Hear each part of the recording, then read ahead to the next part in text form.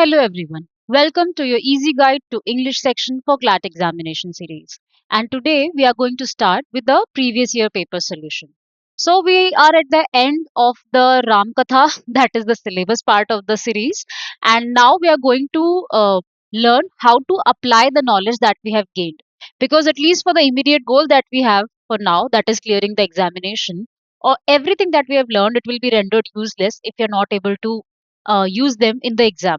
So today we'll solve the English section of the 2025 question paper, and we'll see how to approach the reading comprehension, how to approach the questions, if we should read the question first, if we should read the passage first, and how should we read the passage, how should we target the passage, how should we go for a targeted reading, how should we see what are the points where we have to read with a higher focus, where what are the points where we can read with a relatively lesser focus, because you cannot be equally focused all through the reading comprehension, because you have to have a very bird's eye view of the things, of the exact elements that you require from the passage for your answer.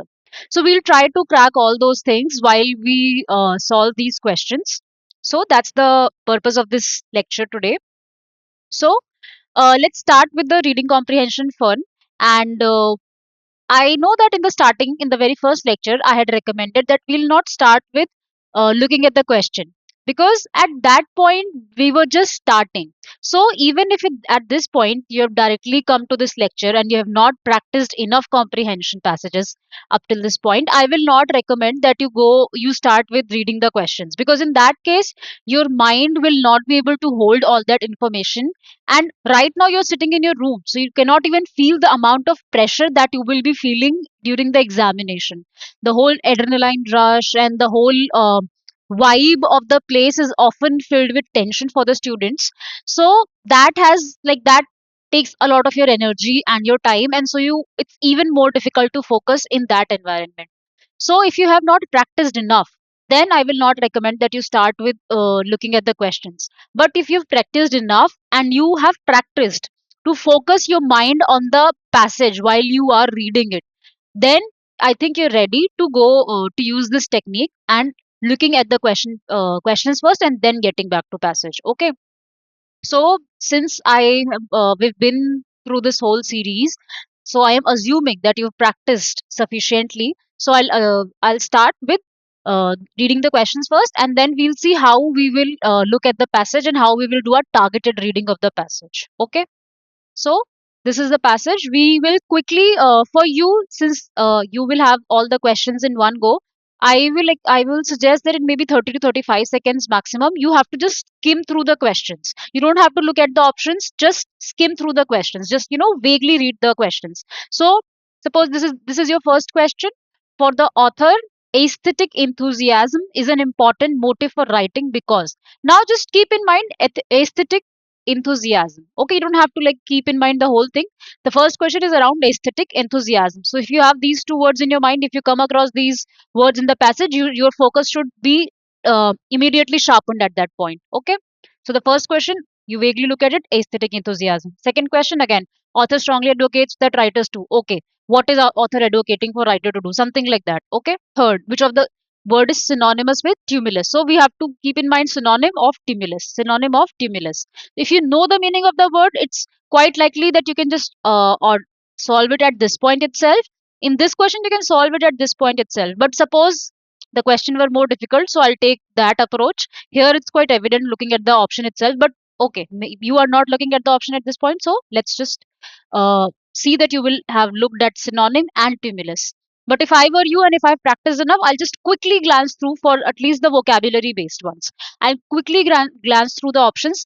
It says chaotic, turbulent, disorderly. Now, even if I do not know the meaning of tumulus, chaotic and disorderly are very easy words. You must have used them in your everyday language. They both have the same meaning, matlab similar meaning at least, if not exactly same. They are both synonyms. So if the two words have the similar meaning, you cannot choose one of the two. That means it should be all of the above, because chaotic, turbulent, disorderly, they all mean the same thing. So if chaotic is also synonym, disorderly is also synonym, then of course all of the above should be answer. So in this specific question where all of the above is the answer, you can solve it here itself, like while you're just skimming through the question. So one question should be solved at this point itself. because for synonym question there isn't much that in the question to read. The synonym, stimulus, like 10-15 seconds, done. If you do not know the synonym and if the word is relatively difficult, then we will just look at synonym, stimulus, and then we'll get to the skimming next question. George Orwell's loneliness during childhood led to. Now we will look only at the okay, loneliness, something around when the writer is feeling lonely. If something of that sort comes in the passage, we'll again sharpen our focus. Why does Orwell give background information? Again, we will see that if there is something about background information, if he starts giving his background information, we'll again sharpen our focus in the reading passage at that point. If the writer escapes from early impulses, he will. Again, we will see wherever we come across the phrase early impulses or anything of that sort, we'll again sharpen our focus. So with this, we have understood what all areas we have to sharpen our focus. What all areas, because from the first word to the last word, you don't have to read with the same intensity. Because a lot of times, what happens is if your focus is not sharp enough, you will be reading, but you will not be grasping the meaning of it. So you have to be very cautious about how you will be using your concentration and focus. So there are points where you will have to, maybe read the line twice. So you cannot be doing that for the like whole passage, no. So you have to be very focused by looking at the question. Now we know what all are going to be our areas of focus where our focus should be like very sharp, where we can just moderately we can read with moderate focus. There are portions we can read with just low focus. That's all right. So we've read the questions. Now let's dive into the passage.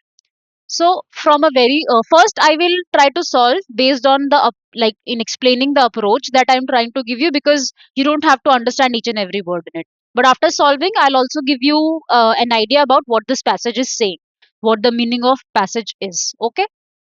So now let's dive into the passage. From a very early age, I knew that when I grew up, I should be a writer. I had the lonely child's habit of making up stories and holding conversations with imaginary persons. And I think from the very start, my literary ambitions were mixed up with the feeling of being isolated and undervalued. Now, the moment you come across this word lonely, your like mind should be focused. Okay, okay, there was something about lonely. Maybe you can just go back to the question and read what was lonely, and you will. Let's get back to the question, because in the question paper it will be right in front of you, so you don't have to like click, click, click, go to the other part. So lonely is in this question number 4. So George Orwell's loneliness during the childhood led to estrangement with father, unhappy days, making up stories. We see this exact phrase, making up stories, unpleasant incident. So we can mark answer C as the option. So when you are reading the passage, always have a pen or a pencil, pen most likely in your hand, and just mark it there. So you can just look at the passage like this. So you can just in a matter of seconds you can just check. Okay, lonely at this question. Okay, making stories in the option. Okay, making stories is right there. So it's making sense. When you look at both, just read it there. Okay, it's making sense. It is written in the same context in the passage also as is mentioned in the uh, question. Because sometimes what the examiner will do is it will give you the exact words, but it will slightly twist the context. So you have to be mindful of this fact also, that it is used while the phrases are same, while you just focused on the phrases, the meaning should also be same in the question and passage as well. Okay. So I had the lonely child's habit of making up stories. That means why loneliness made me developed a habit of making stories in me, something of that sort. You don't even have to understand the whole paragraph. Okay. It would be better, of course, because you might have to answer questions like what is the purpose of paragraph. So, but where do you have to focus exact fact wise? Those are the points you get from your question reading. I knew that I had a facility with words and a power of facing unpleasant facts. And I felt that this created a sort of private world in which I could get my own back for my failure in everyday life. So here, although the motive has not been asked in this question specifically, but like if it were, this is the point where should be like moderately focused, but some sort of motive is being discussed here. That okay, if the author had facility with words, that means the author was good with words. I wanted to write enormous naturalistic novels with happy endings, full of detailed descriptions and arresting similes, and also full of purple passages in which words were used partly for the sake of their sounds. Okay, let's actually start. dealing with the meaning also right here. It doesn't make sense to do the meaning later on. So in the passage opens up with that the author is saying that the author was more of a lonely child. So because of that, he got into the habit of making stories. He would be talking to himself, holding conversation with imaginary persons. So as kids sometimes do, they make some imaginary characters and they talk to them. So holding conversation with imaginary persons, and I think from the very start, my literary ambitions were mixed up with the feeling of being isolated and undervalued. So the author is not only lonely but is also feeling that people do not care for him enough, or he's not valued by the people around him. So he felt lonely, isolated, and undervalued. Okay. I knew that I had a facility with words and a power of facing unpleasant facts. And I felt that this created a sort of private world in which I could get my own back for my failure in everyday life. So the author is now saying that I knew I had a facility with words. That means I knew I was good with words. I had a decent command over language.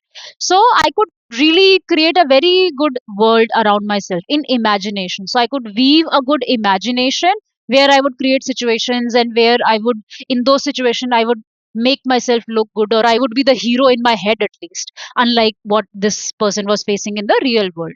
So he would create his happy place in his mind. I wanted to write enormous naturalistic novels with unhappy endings, full of detailed descriptions and arresting similes, and also full of purple passages in which words were used partly for the sake of their sounds. So the author here is saying, like, when we are kids, no, we think writing good literature means writing very like fancy vocabulary and flowery language. So at this point, author is also saying that I also wanted to write, very fancy language, like very fancy vocabulary, and with a lot of similes. We did figure of speech. So a lot of figure of speech should be used with similes and purple passages. That is, which means that a lot of aesthetics, beautifully written language, not necessarily simple. So in a very fancy manner, I wanted to write something like novels. So I give all this background information because now again we have come across this background information phrase in a question. So the moment you come across this, your antenna should be like all getting some sort of signals. Okay, something I have come across. So you're again sharpen your focus that some question, some answer is hidden in these lines. I give all this background information because I do not think one can assess a writer's motive without knowing something of his early development. So the author is giving background information because, according to him, in order to understand what author is writing, in order to understand some author's work, for example, some author has written some novel. So in order to understand that novel, or why that author has written that novel in that manner, it is really important to understand how the author grew up. Because any artist, be it a painter, be it a singer, or any artist who creates something, they put in some reality of their own life in it. Because of course, like whatever we are or whatever we create it from our experience. So if you have to understand a novel, if you have to understand a piece of literature or any painting or anything, it's very important that you understand what is author trying to say. Even in your reading comprehension, these kind of questions are sometimes asked, because it is really important that you're able to understand what the author is trying to say. So if you want, not for the purpose of exam, but at least in the larger context, if you have to understand the writer's motives, you must know of his early development, of his early age, how this person grew to be into the person that he or she is today. So this is why he's giving the background information about himself. So in the question about background information, again, the moment you come across this term background information, just see what the question was. Why does Orwell give background information? So he had lonely child's habits. It is essential to know about motives of the writer because of his historic impulse due to aesthetic enthusiasm. So it is essential to know about the motives of the writer, as we see in this line. It is very clearly mentioned, because I do not think one can assess a writer's motives. You see, motives are mentioned here. Okay, even the word is here, without knowing something of his early development. His subject matter will be determined by the age he lives in. At least this is true in tumultuous revolutionary ages like our own. But before he ever begins to write, he will have acquired an emotional attitude from which he will never completely escape. So that's what the author is saying, that it is important to understand his early development, because whatever he is writing, his writings must be impacted by the age that this person is growing up in. For example, if some author has written something during the pandemic, so their writing will definitely be impacted by the pandemic period, whatever the reality was of that period. Like, people were living in quarantine, people faced isolation, and so many different challenges that they had never faced in life. So whatever is being written, the subject matter will always be determined the age. Now, pandemic is is a very short phase, very a very big shock, but a very short phase. It is talking about the age. For example, we are living in age of AI, we are living in age of technology. So whatever is being written at this point, the subject matter will definitely have some sort of impact of that age. Now we come across the word stimulus. Although we solved this question while looking at the questions itself, suppose the question was not in the manner that you could solve it there, and you really needed to understand the meaning of the of the word that has been asked from the context. So let's try to do that. So tumulus, we see, which is true in tumulus revolutionary ages. So tumulus and revolutionary seem to have a very similar meaning. And in the options also we see that we have chaos, chaotic, disorderly, turbulent. All these words also have same meaning. So something that is very it's not in order, in a very disturbing or a chaotic manner. So that's stimulus. And similar to the word revolutionary, for revolution to come, the order will have to be disturbed.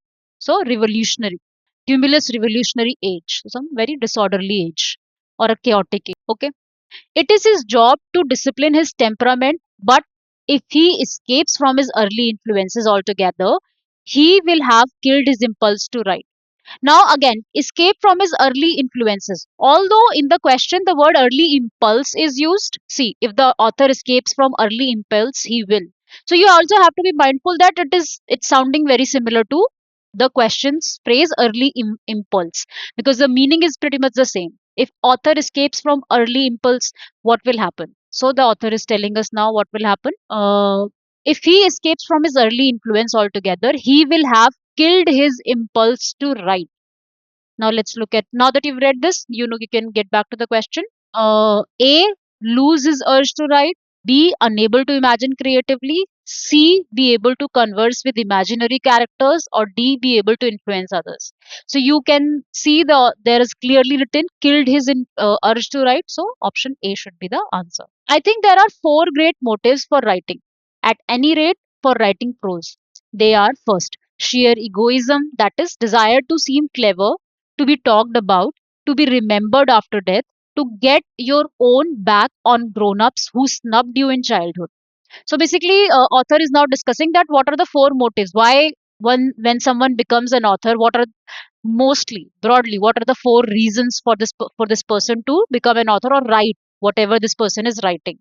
First is sheer egoism, that sometimes you just want to answer the people. You have so much captured in your heart. There is so much emotion that you want to let it out in your books and answer back to the society with, because you cannot face them, you're shy. A lot of times authors are very shy people, so but they write revolutionary books, so they want to answer to the society. That's what this line is saying. To get back, to get your own back on grown-ups who snubbed you. To snub someone is like, just you make them feel, just get lost. Sort of, you ignore them in a very elitist, as if you're a more superior one and the child is just some stupid person. So you like snub them. Second motive is aesthetic enthusiasm. Again, the moment you hear this, you come across this phrase, aesthetic enthusiasm, you should know that some answer is going to be in the following line. So, desire to share an experience which one feels is valuable and ought not to be missed. So, let's see what the question is. For the author, aesthetic enthusiasm is an important motive for writing because it shapes the thought, creates an artistic piece, becomes invaluable or non utilitarian. So, we see the word valuable has been used here. So, it's easier to reach at the right option.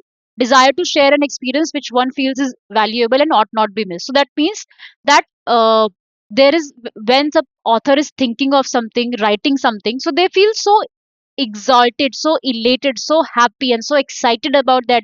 that thing, that they feel that this is the valuable, this must be shared with the whole society. It's pretty much it's the same feeling when you are scrolling through Instagram and you come across some funny meme and you post it on your page. Oh, this is the really fun and everybody should read this, or everybody should watch this reel. So it's similar feeling that one feels that it is so valuable and it should not be missed, it should be shared with everyone. Okay. Third motive for writing is historical impulse, desire to see things as they are, to find out true facts and store them up for the use of posterity. Again, for like historical, basically for historical record purposes, you can say, sort of. Political purpose, desire to push the world in a certain direction to align other people's ideas of the kind of society that they should strive for. Again, for political purpose, you think the society should move in certain direction. There are right wing politics, there's left wing politics, there's centrist politics. So you have your own ideology and you want to show your own idea of how society should be built, in what direction society should move, all those things for political purposes, for showing your own political idea of how society should be. So these are four broad motives why an person becomes an author or a person writes something. So this is what the whole paragraph, the whole comprehension is about. So let's go through the questions once again. For the author, aesthetic enthusiasm is an important motive for writing because it C becomes invaluable, because we saw in the passage desire to share an experience which one feels is valuable and ought not be missed. So this is the exact line where we are getting our answer. The author strongly advocates that writer to A, avoid any egoism impression in their work, B, apolitical in their approach, C, contemporary in their treatment of the work, or D, none of the above. Now we see that the author has listed out four motives, but author has not advocated for any. These are the four motives, but I believe this is the right motive. He has not done that. He has only described the motives, that this is some right for this purpose, some right for this purpose, some right for this purpose. He has not said that this is the right purpose or I believe in this purpose. Nothing of that sort has been said in the passage. So option D, none of the above. Which of the following is the synonym of the word tumulus? So again, chaotic, turbulent, disorderly, they are all same. So option D. George Orwell's loneliness during childhood led to. So we see it in the starting itself. I had a lonely child's habit of making up stories and holding conversation with imaginary persons. So we see making up stories. So lonely child's habit. So because I was a lonely child, so like lonely children have this habit of making up stories because they don't have people to talk to, so they make stories and they talk to themselves, they make imaginary characters in their mind and they talk to themselves. So this is how a lot of lonely child are. So this is the reason why he started making stories. So this is his childhood loneliness led him to making stories. Okay. Why does Orwell give background information? Because it is essential to know about the motives of writer. So we see this in the line, I give all this background information because I do not think one can assess a writer's motives without knowing something of his early development. Okay. If writer escapes from early impulses, he will A, lose his urge to write. So we see this in the lines. It is his job to discipline his temperament.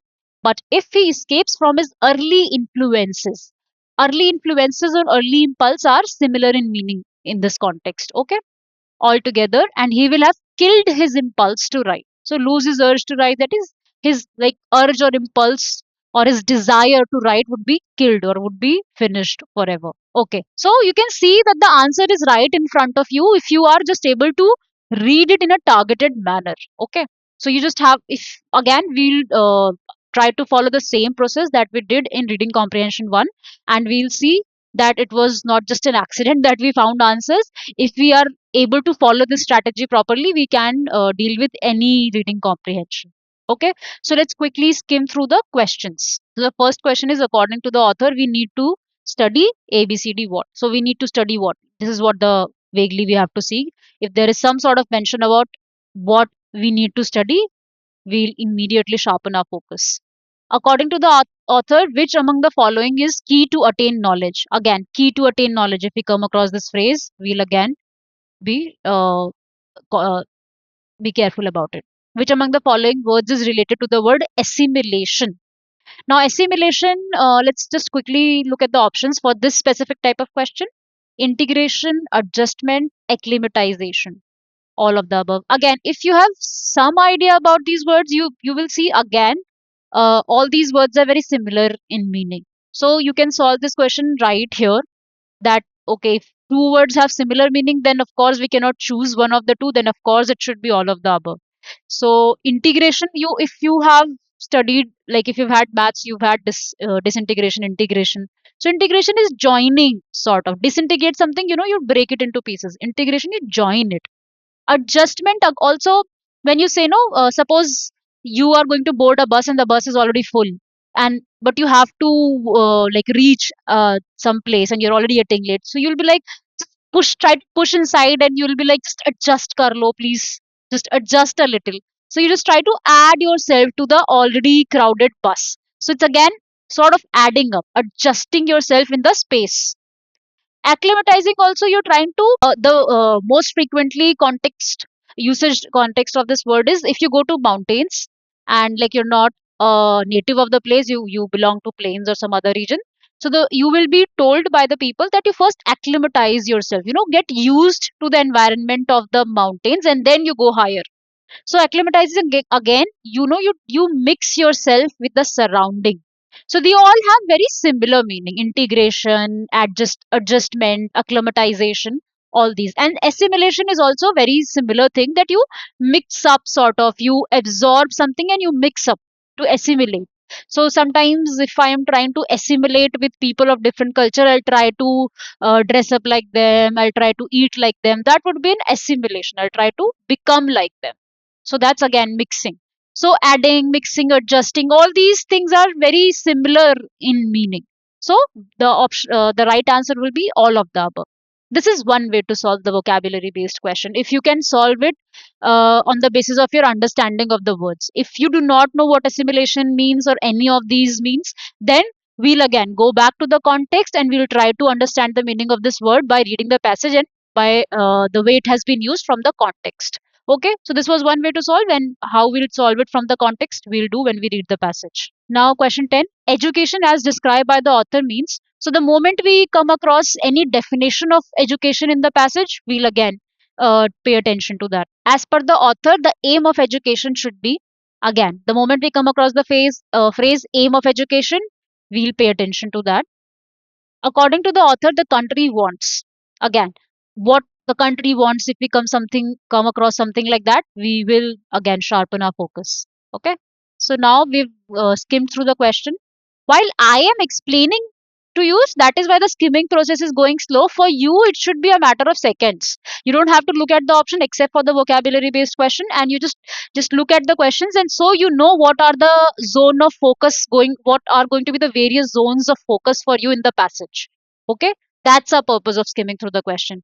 And again, I'm telling you, if you think you cannot hold that information, if you have not practiced enough, then don't go for it, because otherwise you'll end up being confused, because this requires practice. This is amazing way to solve reading comprehension quickly, but it requires practice. Without practice it can backfire. Okay, now let's read the passage before we forget the question, the fragments of question in our mind.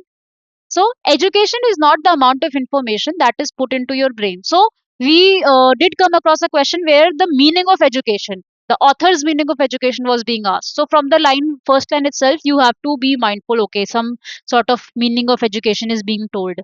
Education is not the amount of information that is put into your brain and runs riot there, undigested all your life. We must have a life building, man making, character making assimilation of ideas. So here the author is saying that it's not like I was saying, sometimes you read the things and you're not even grasping the meaning, or you're not understanding the meaning. So education is not just accumulation of information. You just read things and just that information is going in your brains, and you're not absorbing it in your action. You're not really understanding the purpose of it. You're just like, reading things. Okay, I've read the information, I'll solve the question, and that is all it is. That's not education. That's what the author believes. We must have life building, man making, character making assimilation of ideas. So every idea that you're coming across, everything that you're reading should go into developing your character, making you a better person, growing you as a person. Not that you're just accumulating a piece of information. Then there will be no difference between you and a notebook. A notebook has a lot of information, or a book has a lot of information, and you as a person. You have a life, so you should not just be like a non-living thing, just a storage of that thing. It should really help you grow as a person. So assimilation of ideas, so life building, man making, character making, assimilation of ideas. So all the different ideas that you are understanding, they should assimilate, they should mix up into building a good character for you as a human. Okay. If education were identical with information, the so from this you can see that the two questions are there that are being, sort of, you can get some sort of answer from this. But assimilation one exact, and the education one, again, we can go back to the options, and if it is not there, then we can come back. If education were identical with information, the libraries are sages in the world and encyclopedias are the rishis. If you remember the conditionals, models and conditionals that we did in that lecture, we understood that if dash were, if and were, if it is being used in a sentence, that means it is being imagined. So, in this statement, when the author is saying if education were identical with information, that is, if the case was that education and information are same, then the libraries are the sages in the world and encyclopedias are the rishis. So, that means that if it was the case, that is not the case. But the author is imagining if education was same as information, then libraries would have been the sages, the rishi munis, or the godly figures in the world, and encyclopedias would be the rishis. Again, the godly figures. But that is not the case. Getting by heart the thought of others in a foreign language and stuffing your brain with them and taking some university degree, you consider yourself educated. Is this education? So now the author is questioning you that just that you have read something in a foreign language, which is English, because this at the end of this passage it is mentioned that this is a excerpt written by Vivekananda. So of course we were living in a colonized India at that time.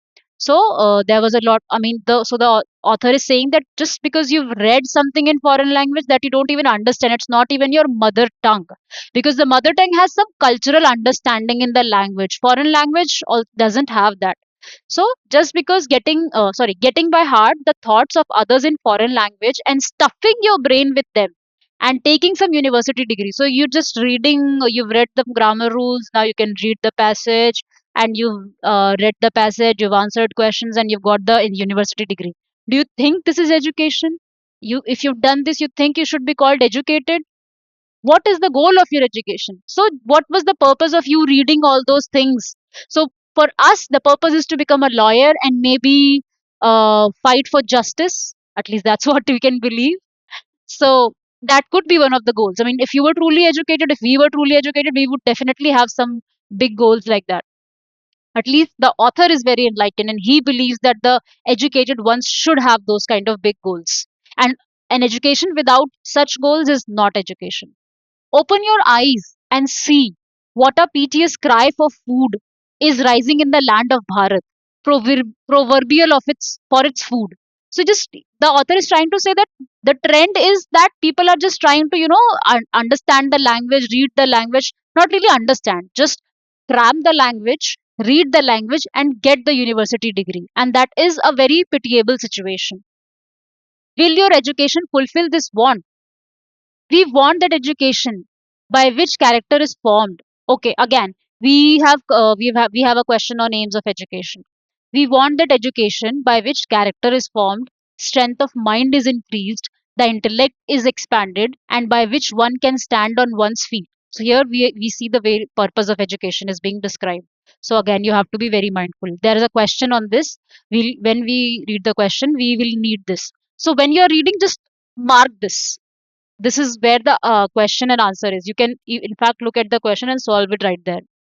What we need to study independent of foreign control, different branches of knowledge that is our own, and with it the English language, western science, we need technical education and all else that will develop industries. Here again, two questions are being asked on this specific part, that what all type of education do we need. Again, the options are English, western education, this and that. So when you're reading this, go back to that question. So if you have read the question, you'll know that the question is asked on this topic, so on this part of passage.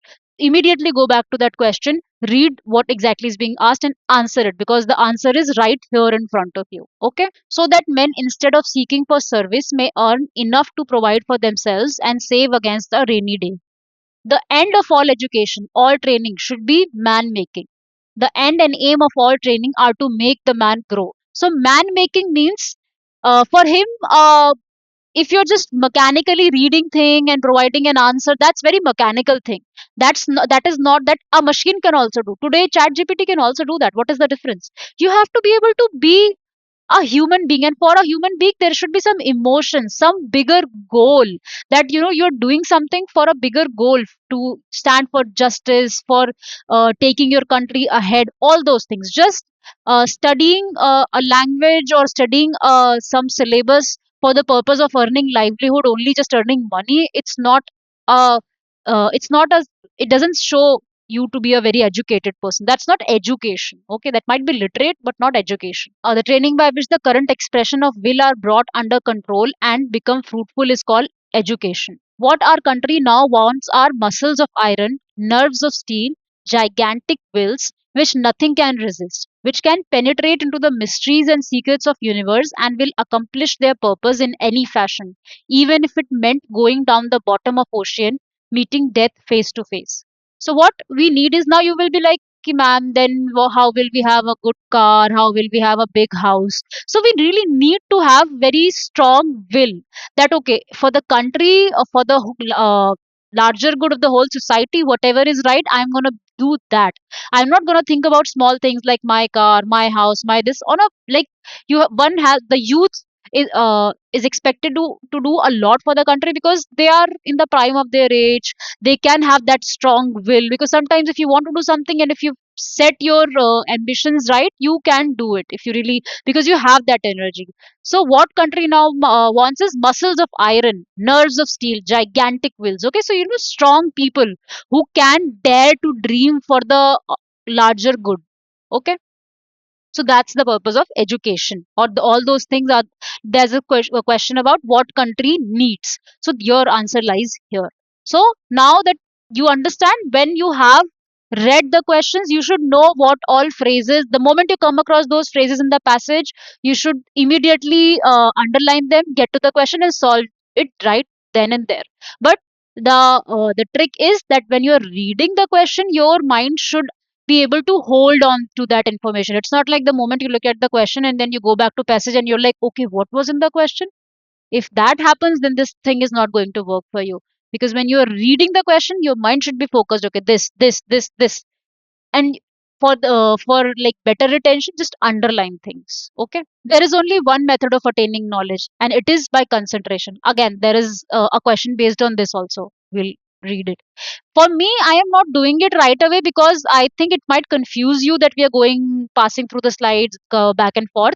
So that is why I have highlighted this, that these are the portions. The moment you come across these portions, you go back to question and see what the question is saying, and look at the option and find the answer from here. Okay. The very essence of education is concentration of mind, from the lowest to the highest man. All have to use the same method to attain education.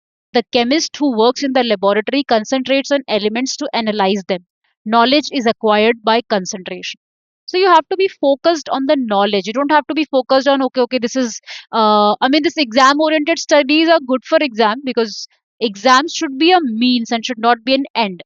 So your idea should be to be able to get into a good university, to get the opportunity to study from elite faculty and gain more knowledge. Not just that I will clear the exam, I'll get a high paying job, and I will buy a expensive car or an expensive house.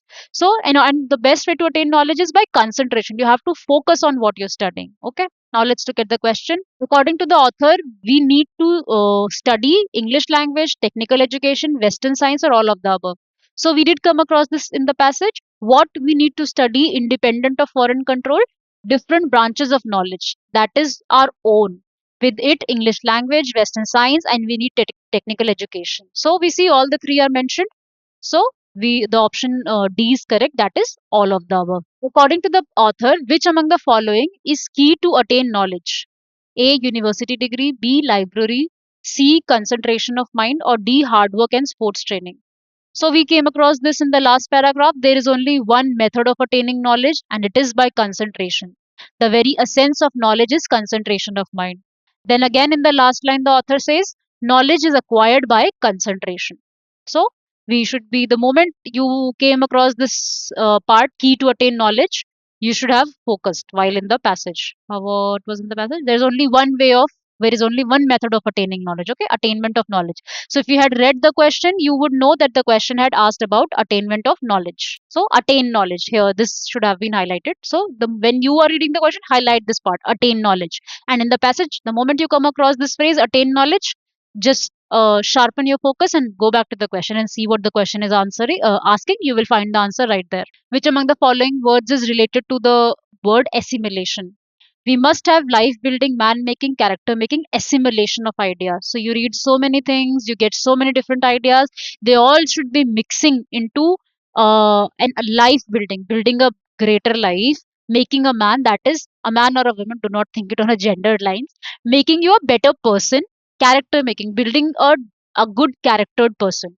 So all those ideas should be mixing and helping you become this person. Okay, so mixing, integrating, adjustment, acclimatization are all having similar meaning. Okay, so the right answer is D. Education as described by the author means. So we come across many definitions of education by the author. In the first line also we see education is not amount of information that is put into your brain and runs right there. So it is not information. So the first option is out. If education were identical with information, it is again in just after one or two lines, this line comes. If education were identical with information, the libraries were sages, encyclopedias are the rishis. So library is also not there because we are saying if it was the case. So that is not the case.